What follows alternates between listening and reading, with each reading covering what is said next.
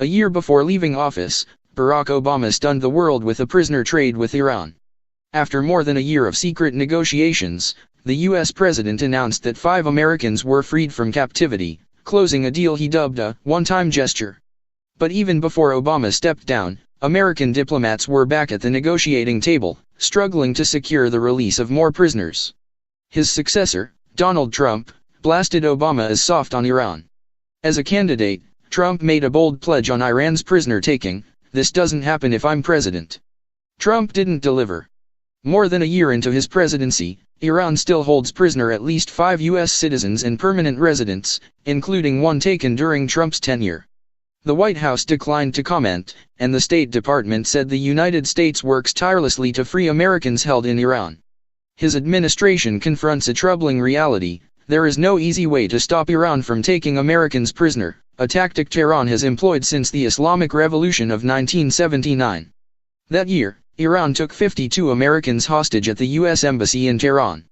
Since then, it has detained at least 25 American citizens or permanent residents, Reuters found through interviews and a review of court documents and news reports. Democratic and Republican administrations alike have struggled to find an effective response. From military strikes to placating Iran through arms sales and cash payments, U.S. presidents have employed force, diplomacy, and persuasion. Each path has led only to more prisoners, concessions, and tension.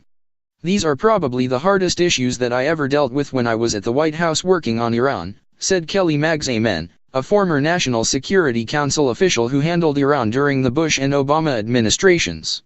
"The Iranians are quite adept at, essentially, hostage-taking. Iranians say the Americans have been held with just cause. U.S. citizens that have been detained in Iran have been arrested for committing grave security and non-security related offenses," said Alireza Miriasfai, a spokesman for Iran's diplomatic mission to the United Nations. Iran has detained not just Americans but also Europeans. A 2017 Reuters investigation found that the Revolutionary Guards had arrested at least 30 dual nationals in 2 years. One is Nazanin Zaghari Ratcliffe, a British-Iranian aid worker employed by the Thomson Reuters Foundation, whose family and employer deny the charges against her. Another is Ahmed Reza Jalali, a Swedish-Iranian scientist arrested in 2016 after attending a conference in Tehran. For Washington, progress often comes with a catch. The prisoner trade negotiated by Obama contained elements all but ensuring future American concessions to Iran, including the likelihood of some combination of cash transfers and the release of more prisoners, and vexing questions about the captives left behind. To understand America's unending hostage crisis with Iran, Reuters interviewed 12 current and former U.S. and Iranian officials with direct knowledge of the prisoner cases, in addition to lawyers, family members, and friends of American captives. These voices provide fresh insight into how the intricate negotiations unfolded, and into the path now being followed by Trump. As part of the swap, Iran released the 5 Americans named by Obama: Washington Post reporter Jason Rezaian, Christian pastor Saeed Abedini, former U.S. Marine Amir Hikmatai, businessman Nasratollah Khosravi and student Matthew Trevithick, and one Iranian American whose release the White House kept secret at the time. In return, the Obama administration agreed to either free from jail or drop charges against 7 Iranians in the United States. Those Iranians were almost all charged with or convicted of violating a U.S. trade embargo on Iran. Washington also agreed to drop charges against 14 Iranians living overseas. A day after the prisoners were set free in January 2016, the United States announced it would release $1.7 billion to Iran, linked to a separate, long-running dispute over arms sales. Missing FBI agent, imprisoned businessman. The deal did not resolve the longest-running case, the disappearance of Bob Levinson, a former Federal Bureau of Investigation agent who vanished on Iran's Kish Island in 2007 while on an intelligence mission. The Obama administration also did not win the release of Siamak Namazi, an Iranian-American businessman seized by Iran in October 2015, just as diplomats were nearing a final deal over the other prisoners. Months later, Iran would capture Namazi's ailing father, Bukr, after enticing him to return to Iran by promising a visit with his jailed son. All told, in the year after the trade, Iran arrested at least another 5 American citizens and permanent residents. The dynamic raises a question among family members and advocates for American prisoners: how did American negotiators seal a bargain with Tehran that excluded a former American government agent and an Iranian American well connected in Washington? The answer lies deep in the 2015 talks. The months-long negotiations sometimes pitted the competing interests of prisoners held by Iran against each other, in a drama that played out during Obama's fraught effort to reach a nuclear agreement with Tehran. Trump has opened the door to new talks, though they are now dormant. Yet any new prisoner deal between Iran and the Trump administration would have to resolve Levinson's case, or risk the ire of U.S. law enforcement agencies, said former U.S. negotiators. Most current and former U.S. officials who spoke to Reuters did so on condition of anonymity in order to discuss confidential negotiations. The negotiations behind the 2016 deal began as a quest to recover Levinson, they said. For years the FBI has pushed for his release, even as Iran maintained it had no idea what happened to him. Washington believes Iran detained Levinson on Kish Island, 10 miles off the southern Iranian coast. Wendy Sherman, then the number 3 diplomat at the State Department, had launched secret negotiations in 2014 aimed at resolving the Levinson case and freeing the other captives. Brett McGurk, a senior State Department official, led the negotiations, which began in earnest in 2015. By then, it had been years since definitive proof surfaced that Levinson was alive. Some State Department diplomats believed the United States should prioritize citizens they knew were alive, 2 former officials said. But negotiators faced pressure for answers from the FBI, lawmakers, and the Levinson family. Those dueling pressures, finding what happened to the missing agent, while working to free those imprisoned later but known to be alive, created another raft of complications in the negotiations. For years, Levinson's whereabouts were often a vital line of interrogation FBI agents pushed when questioning Iranian suspects about sanctions violations, even those who would have no obvious reason to know about his fate. It's like their first question when they come into the room, "Where's Levinson?" said a person with direct knowledge of the conversations. The Iranians sent a team that included a representative from the Ministry of Intelligence. Typically, the United States only had access to Iran's Ministry of Foreign Affairs. The involvement of this senior intelligence operative was kept a closely guarded secret and taken as a strong signal Iran was serious. As talks progressed, the two nations began developing lists of prisoners each held in its jails, slowly feeling out what the other side would concede. From the start, the United States was willing to consider trading even Iranian prisoners seen as threats to national security, so long as Iran released Levinson, returned his body, or provided conclusive information on his status. "We told the Iranians very clearly we would have a different conversation if Levinson was included," a former diplomat said. The Iranians responded with a startling offer. In return for Tehran's assistance in recovering Levinson, they wanted Washington to reveal the location of Ali Reza Askari, an Iranian general who vanished in Turkey in 2007, just 1 month before Levinson's disappearance. For the Americans, Askari was a special case. In the 1980s, he held top leadership roles in Iran's security and intelligence apparatus in Lebanon. That made him a crucial player in the establishment of Hezbollah, the Lebanese militant group that killed scores of American troops and civilians in bombings in Beirut. The United States has long denied involvement in Askari's disappearance. U.S. diplomats approached the Central Intelligence Agency with this offer but were told American agents had no information on Askari's whereabouts. And without that, resolving Levinson's disappearance was off the table. It became pretty clear pretty soon that this was not something the Iranians were prepared to budge on, said the former U.S. negotiator. Iran continues to maintain it has no knowledge of Levinson's whereabouts. So, by late summer of 2015, U.S. negotiators had decided they would agree to a deal with Iran even without resolving the Levinson case. On January 16, 2016, as Stephanie Curry, Bob's daughter, was coaching her daughter's basketball team in Dallas, she received dozens of text messages from family members. There had been a prisoner trade with Iran. "Oh my gosh, my dad has been released," she recalled thinking. Then she learned the truth. "I can't even describe what that feeling was like for myself and the rest of my family," she told Reuters. "It's on TV."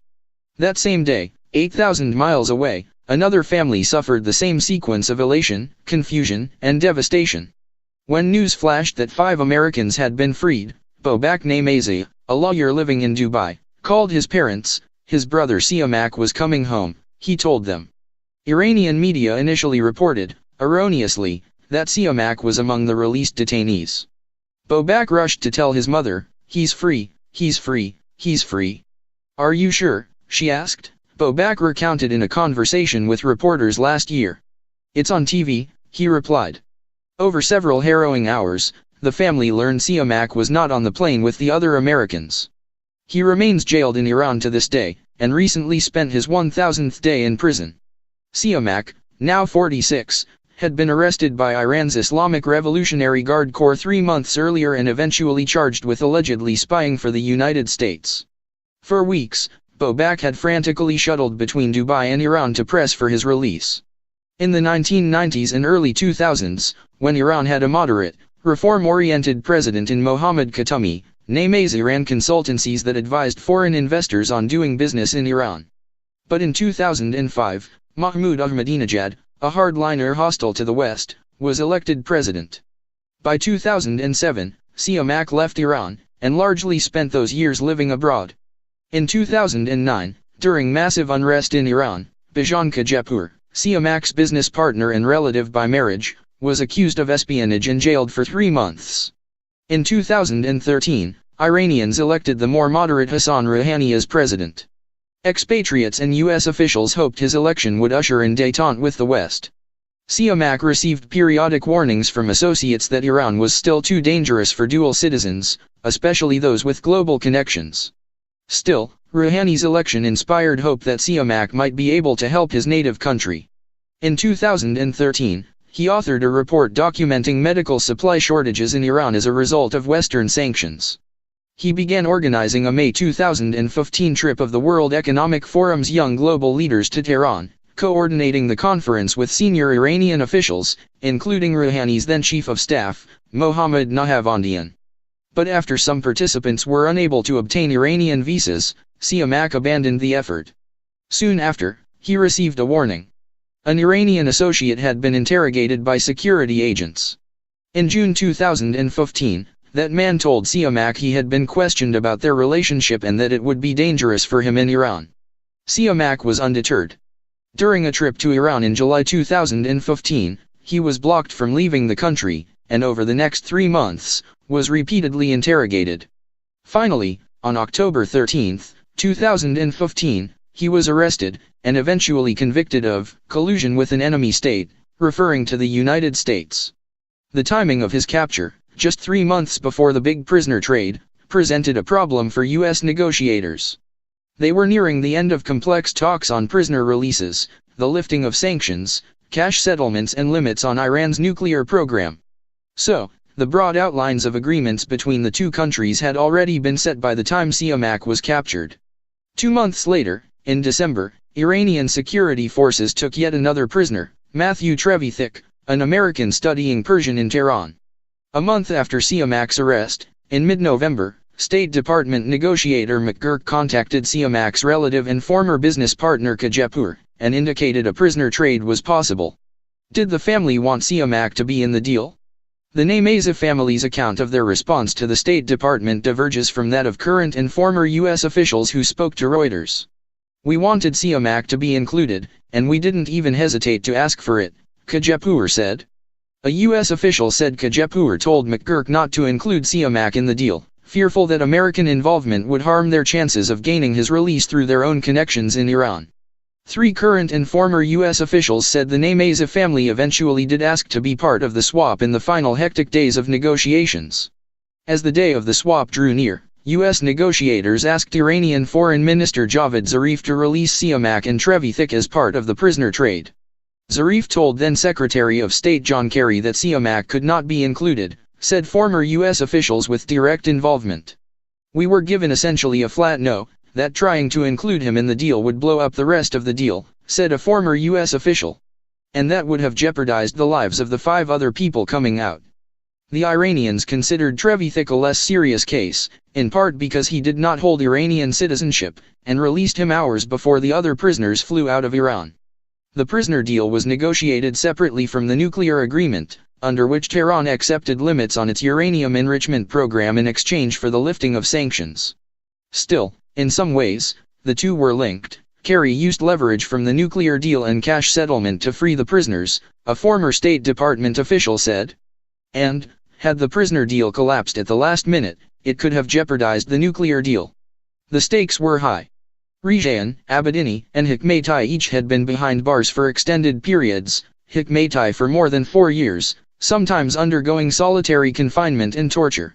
Marius Fai, the Iranian UN mission spokesman, said U.S. citizens detained in Iran are treated with humanitarian and Islamic considerations. Rather than demand Siamak's release, Kerry accepted a pledge from Foreign Minister Zarif that he would be freed after the deal was done, former U.S. officials told Reuters. The officials disagree on whether Zarif gave a hard promise or simply said he'd try. But after nearly 2 years of talks, all viewed Iran's chief diplomat as credible. The same day as the prisoner trade, the United States lifted sanctions against Iran. The next day, Obama announced Washington had begun repayment to Iran of $1.7 billion to settle a decades-old dispute over an arms deal predating the 1979 Islamic Revolution. The Namazi family believes Washington squandered leverage. In addition to the cash payment, the nuclear deal gave Iran access to about $100 billion that had been accumulating in foreign banks in payment for Iranian oil sales. "You're releasing $100 billion in unfrozen assets and hundreds of millions of dollars in cash, and you think you have leverage the day after you've done that?" asked family lawyer Jared Genser. Kerry, through an aide, declined to comment on the specifics of the negotiation. But he wishes everyone had the same outcome, and prays for the day every family will have the peace of mind they all deserve, said Matthew Summers, the aide. Instead of releasing Siamak Namazi, the Iranians arrested his ailing father, Booker, a month later, while the now 81-year-old was in Tehran hoping to visit his son. The Iranians released Booker home to his family several months ago. Staff turnover, Trump's challenges. As word of the swap blanketed cable news, one man declared his opposition, John Bolton, former U.S. ambassador to the United Nations and at the time a frequent television commentator on foreign policy. The deal, he said, was wonderful for the American hostages and their families, but a diplomatic debacle for the United States. Are we simply incentivizing Iran to take further hostages? He asked. Bolton is now Trump's national security advisor, in office since April. That makes him a central figure in deciding what concessions, if any, Washington will grant Iran in any prisoner exchanges. A spokesman for Bolton declined to make him available for an interview. Despite Trump's bellicose rhetoric toward Iran, the two countries have considered the possibility of a second prisoner swap, one U.S. official said. Marius Fai told Reuters there are 22 Iranian citizens held in the United States or abroad that it wants freed. But after a series of false starts and diplomatic snubs, the Trump administration has embraced an approach of pressuring Iran, such as considering revoking the U.S. visas of family members of Iranian political elites. Then, in May, Trump took a step that dimmed hopes for the U.S. citizens in Iranian captivity. He withdrew from the nuclear deal Obama had cemented, saying the pact had done nothing to stop Iran's support for militant groups or involvement in conflicts across the Middle East. On July 30, Trump said he would meet with Iran's leaders anytime they want, without preconditions, though senior Iranian officials rejected the offer, citing U.S. sanctions on Iran. Marius Fai said an Iranian proposal to the United States to resolve the prisoner crisis went unanswered several months earlier. Now, with the United States having abandoned the nuclear pact, any negotiations over prisoners are impossible, he said. During his first 16 months in office, Trump did not appoint anyone to the highest-ranking post charged with winning the release of Americans imprisoned overseas, leaving the position to be filled on an acting basis by a career diplomat with little direct connection to the White House. Frequent personnel shifts at Trump's White House and State Department have often left family members in the dark about who to meet with. And of late, neither the United States nor Iran has expressed any serious intention to discuss the prisoners.